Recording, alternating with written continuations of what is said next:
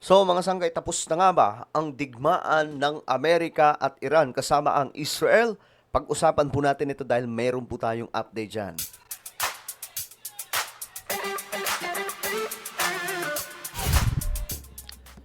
Okay, meron po tayong update.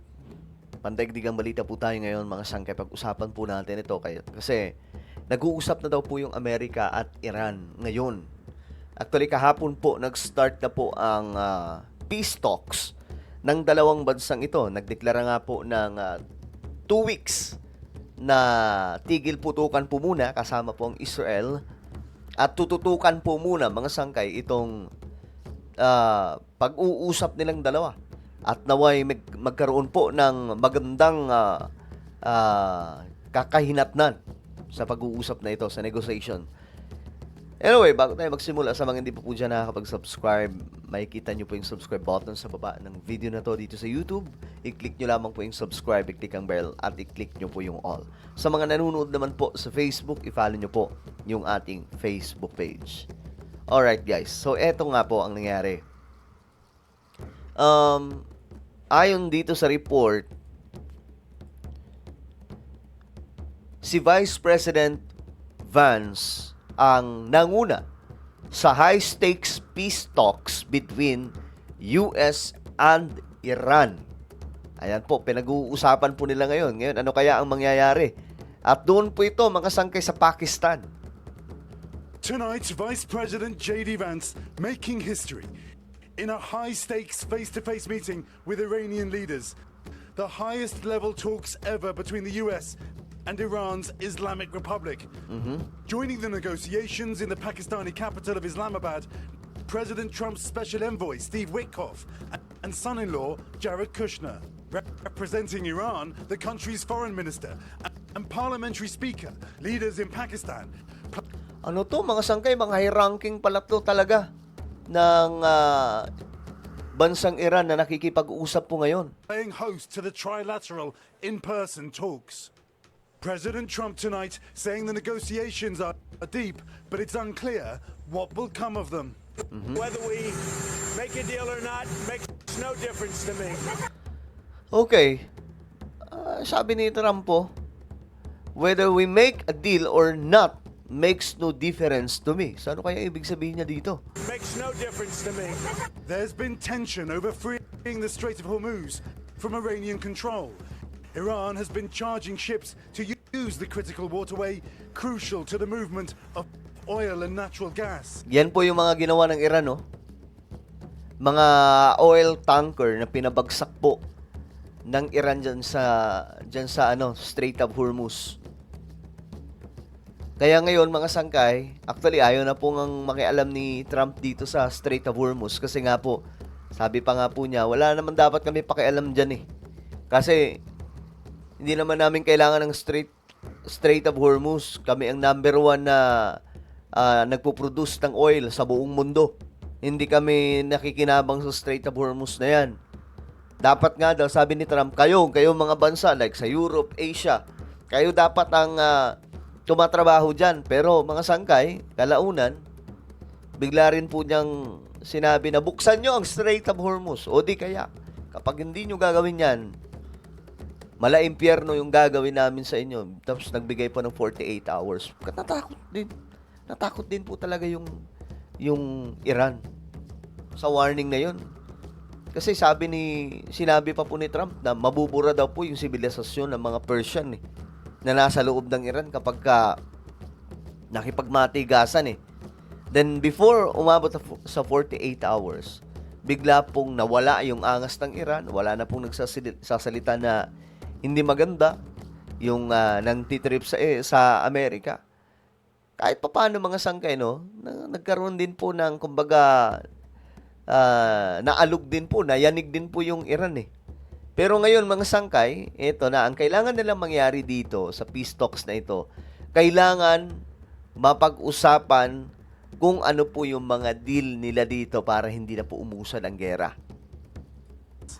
U.S. Central Command today saying its forces began setting conditions for clearing mines placed by Iran in the strait, with 2 U.S. Navy-guided missile destroyers passing through the channel to establish and share a safe pathway. But Iranian state media angrily denying that tonight, reporting that a US destroyer nearing the strait was stopped after the Iranians warned negotiators that the ship would be targeted. And while Israel is not part of the talks in Pakistan, Israeli action So hindi pala kasali talagang Israel sa ano na to, usapan na ito. inside Lebanon are. Iran insisting the attacks on Lebanon must stop. ואנחנו חולקים אותה. Israel's Prime Minister, in a televised address tonight, saying we still have more to do. Keir Simmons joins me now from Islamabad. Keir, where do we talks go from here? Well, it's the early hours of the morning here, Jose, and they are still locked in rooms negotiating. There have been multiple rounds, including a working dinner. These are now marathon talks. Jose? Okay, so ngayon mga sangkay, ang balita, no, ito yung balita. Breaking news, US President J.D. Vance says talks between the US and Iran have ended after 21 hours without reaching an agreement. Umabot na po ng 21 hours. Wala na pong napag-usapang agreement. So, anong nangyari mga sangkay? Ang pagkakaalam po natin na may agreement, kahit siguro ilan na agreement muna na maunang ma-discuss mga sangkay, maisagawa na sa unang araw ng pag-arangkada ng peace talks na ito. Pero ayon po sa Vice President ng US, wala pong nangyaring ganun. So anong ibig sabihin nito mga sangkay? So ito nga po yung balita, tingnan po natin. Ayan. Notes of appreciation, first of all, to the Prime Minister of Pakistan. So dito in-announce ni J.D. Vance, ito, tingnan po natin. Pakinggan po natin. And to Field Marshal Munir, who were both incredible hosts.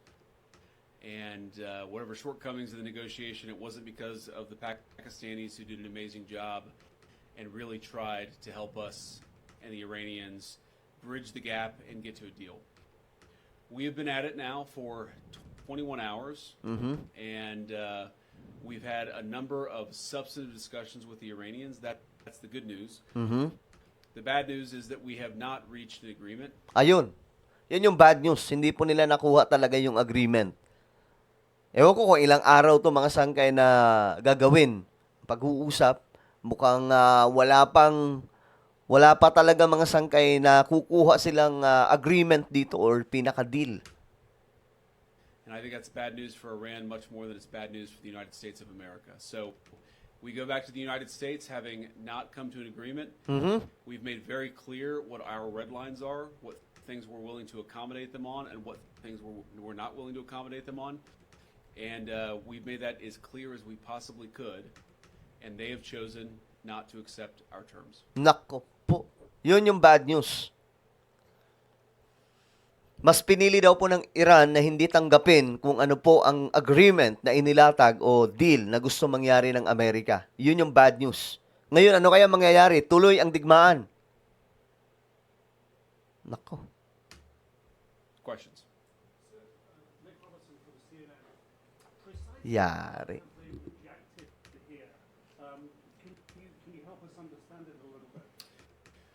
Well, I won't go into all the details because I don't want to negotiate in public after we negotiated for 21 hours in private.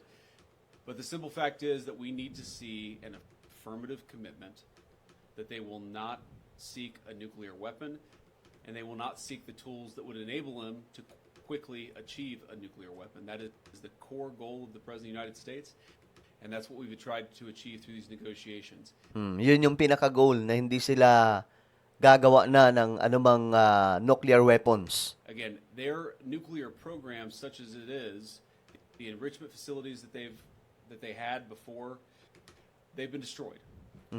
But the simple question is, do we see a fundamental commitment of will for the Iranians not to develop a nuclear weapon, not just now, not just 2 years from now, but for the long term. We haven't seen that yet. We hope that we will.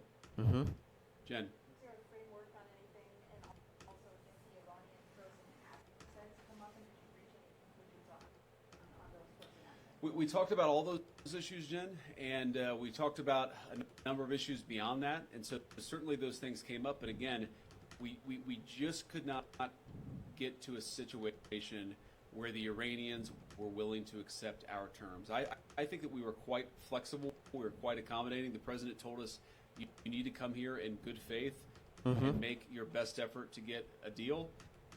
We did that, and unfortunately, we weren't able to make any headway. Okay, so yan ang malaking problema ngayon, mga sangkay.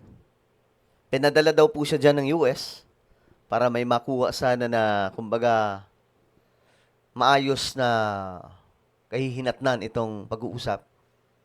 Pero ang bad news, wala daw po sila nakuha. So wala pong agreement na nangyari na what's next. Tuloy ang digmaan. Mas malala pa ang mangyayari. Anong sabi ni Trump? Lahat ng puwersa ng Amerika nandyan na po. At any moment, isang pindot lang, uulanin na daw po ang Iran. So good luck sa Iran, no? Ano po ang inyong opinion? Comment down below. Meron po tayong YouTube channel. Ito po ay Sangke Revelation. Hanapin nyo po ito ngayon sa YouTube. Kapag nakita nyo na, i-click nyo po yung subscribe, i-click yung bell, at i-click nyo po yung all. Ako na po yung magpapaalam. Mag-iingat pong lahat. God bless everyone.